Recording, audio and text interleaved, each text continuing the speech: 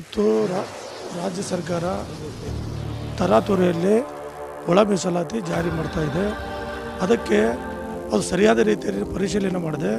ಮತ್ತು ನಮ್ಮ ಭೋವಿ ಜನಾಂಗ ಈ ರಾಜ್ಯದಲ್ಲಿ 25ರಿಂದ 30 ಲಕ್ಷದವರೆಗೆ ಜನಸಂಖ್ಯೆ ಇದ್ದಾವೆ. ಅದರಿಂದ ನಮ್ಮ ಜನಸಂಖ್ಯೆ 5 ಲಕ್ಷ 10 ಲಕ್ಷ ಇದ್ದಾವೆ. ಅದರಿಂದ ಅವರಿಗೆ ಕಮ್ಮಿ ಮೀಸಲಾತಿ ಕೊಡುವಂಥ ವಿಚಾರ ಸರ್ಕಾರ ವರದಿಯಲ್ಲಿದೆ. ಅದರಿಂದ ಸರ್ಕಾರಕ್ಕೆ ನಾವು ಏನು ಹೇಳ್ತಾ ಇದ್ದೇವೆ ಅಂದರೆ, ಸರ್ಕಾರ ಮತ್ತೊಮ್ಮೆ ಪರಿಶೀಲನೆ ಮಾಡಿ ಜಸ್ಟಿಸ್ ನಾಗಮೋಹನ್ ದಾಸ್ ಅವರು ವಿರೋಧ ನಾವು ಮಾಡ್ತಾ ಇಲ್ಲ, ಆದರೆ ಅವರು ಇನ್ನೂ ಸರಿಯಾದ ರೀತಿಯಲ್ಲಿ ಅವರು ಮಾಹಿತಿ ಪಡೆದು ಈ ಕರ್ನಾಟಕ ರಾಜ್ಯದಲ್ಲಿ ಭೋವಿ ಮತ್ತು ಲಮಾಣಿ, ಕೊರ್ಚ, ಕೊರ್ಮ ಈ ಜನಾಂಗಗಳು ನಾವು ಈ ಹಿಂದೆ ಏನು ಮೀಸಲಾತಿತ್ತು ಅದೇ ರೀತಿಯಲ್ಲಿ ಮೀಸಲಾತಿ ನಮಗೆ ಒದಗಿಸುವಂಥ ಕೆಲಸ ಆಗಬೇಕು. ಅದರಿಂದ ಈಗ ಸರ್ಕಾರ ಜಾರಿ ಮಾಡುವಂಥ ಒಳ ಮೀಸಲಾತಿಗೆ ನಾವು ಖಂಡನೆ ವ್ಯಕ್ತಪಡಿಸ್ತಾ ಇದ್ದೇವೆ ಅಂತ ನಾನು ಈ ಸಂದರ್ಭ.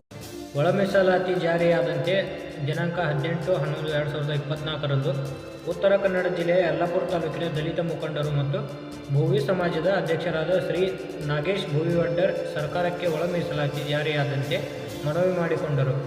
ಈ ಸಂದರ್ಭದಲ್ಲಿ ಉಪಸ್ಥಿತರಿದ್ದವರು ತಿಮ್ಮಣ್ಣ ಭೋವಿ ವಡ್ಡರ್, ಫಕೀರಪ್ಪ ಭೋವಿ ವಡ್ಡರ್, ಈಶ್ವರಪ್ಪ ಉಸಿರಿ, ನಾಗರಾಜ್ ಭೋವಿ ವಡ್ಡರ್ ಇವರು ಪ್ರಶ್ನೆಗೆ ಒಳ ಮೀಸಲಾತಿ ಬಗ್ಗೆ ವಿಚಾರಗೋಷ್ಠಿ ನಡೆಸಿದ ಸಂದರ್ಭದಲ್ಲಿ ಮಾತನಾಡಿದರು.